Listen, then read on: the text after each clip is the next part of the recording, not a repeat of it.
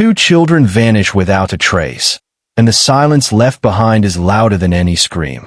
In rural Nova Scotia, a quiet home became the center of a mystery that has shaken communities across Canada. Lilly and Jack Sullivan have been missing since May 2nd, 2025, and as weeks turned into months, questions multiplied instead of answers.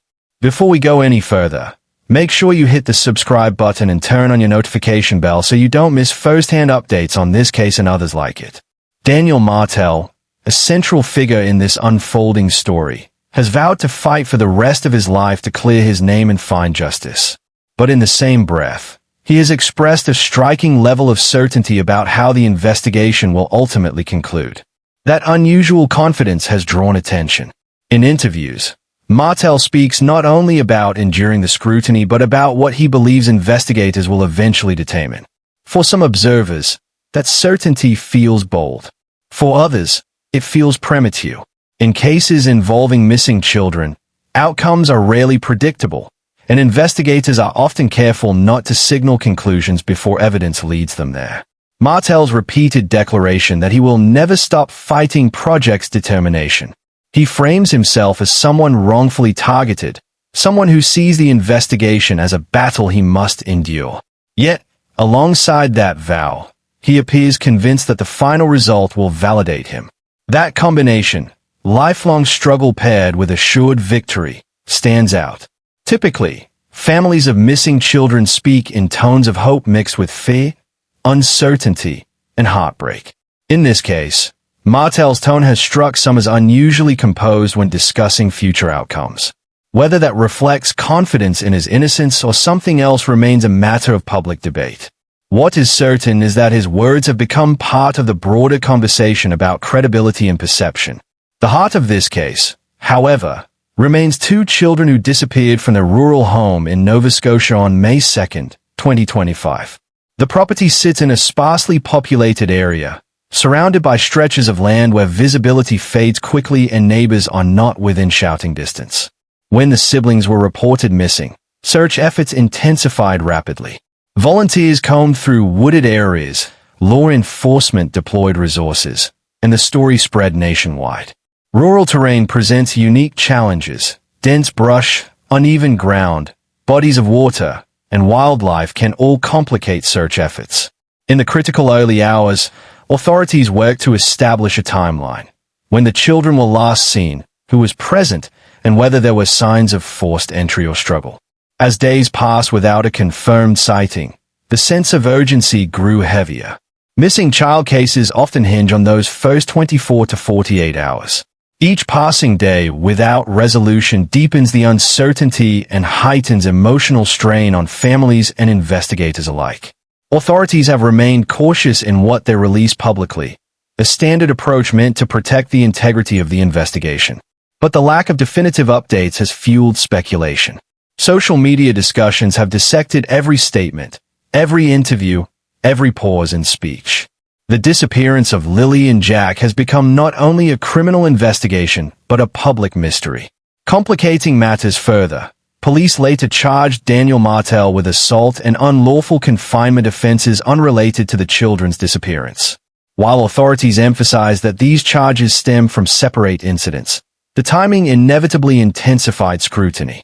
In high-profile missing persons cases, any additional legal trouble connected to a central figure can shift public perception.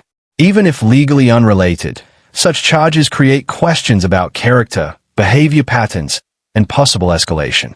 Law enforcement has maintained that investigations must be evaluated on evidence, not assumption.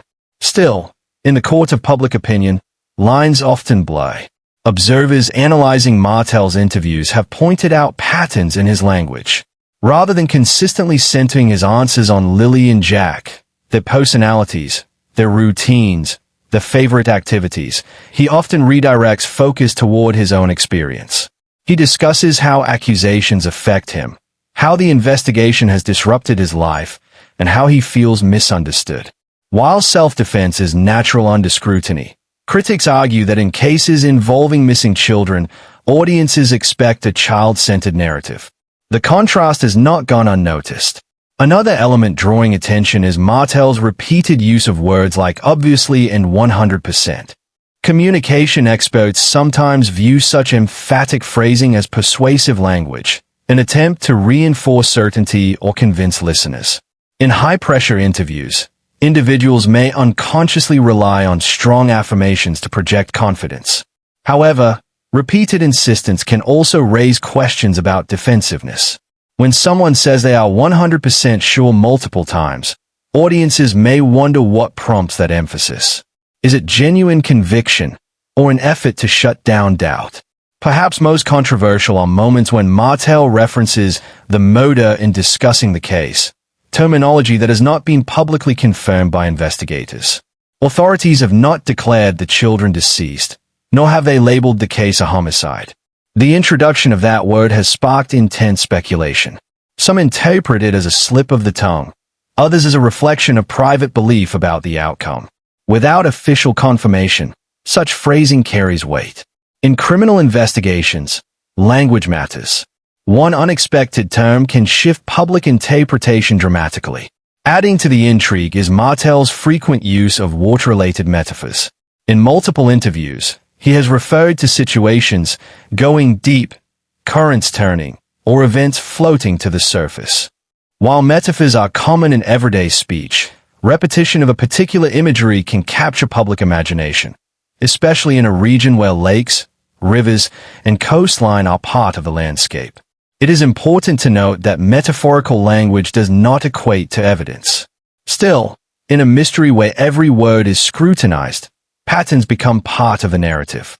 Martell has consistently claimed he is cooperating fully with investigators.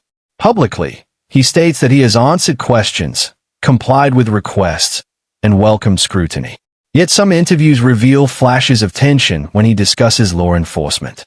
At times, his tone shifts from cooperative to frustrated. He speaks about feeling targeted or misrepresented.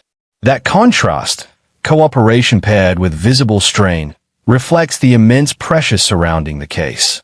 Investigations of this magnitude are emotionally and psychologically taxing for everyone involved. Another detail noted by analysts is the structure of Martell's denials. When directly asked about involvement, his responses are often brief and firm. But when discussing peripheral topics, his answers expand into longer narratives. Communication specialists sometimes observe that concise denials can signal clarity, or, alternatively, an attempt to move quickly past sensitive areas. Meanwhile, extended storytelling on other topics may indicate comfort. These interpretations remain speculative, but they contribute to the broader assessment of credibility. Questions about his relationships and alleged substance use have also surfaced. In interviews, Martell appears to sidestep or minimize these topics, offering limited detail. Avoidance of certain lines of inquiry can raise additional doubts, particularly when investigators are mapping social dynamics around a missing persons case. Relationships, conflicts, and lifestyle factors often provide crucial context. When answers seem incomplete, observers take notice. At the center of all this analysis are two children still missing. Lilly and Jack Sullivan's disappearance remains unresolved. Beyond linguistic patterns, beyond legal complications, beyond speculation, the reality is stark. A family is fractured, a community is waiting, and investigators continue their work. Rural landscapes can hide secrets, but they can also yield them. Cases that seem frozen can shift with one new lead, one credible tip, one overlooked detail. This story is far from over. Daniel Martell's vow to fight for life, the unrelated charges, the scrutinized interviews, and the unanswered questions all form part of a complex and evolving investigation. But the focus must remain where it belongs, on finding the truth about what happened on May 2nd, 2025, in rural Nova Scotia. As authorities continue to piece together timelines and testimony, the hope is that clarity will eventually replace speculation. Until that day comes, the case stands as a haunting reminder of how quickly ordinary life can fracture, and how every word, every action, and every silence can echo far beyond a single household.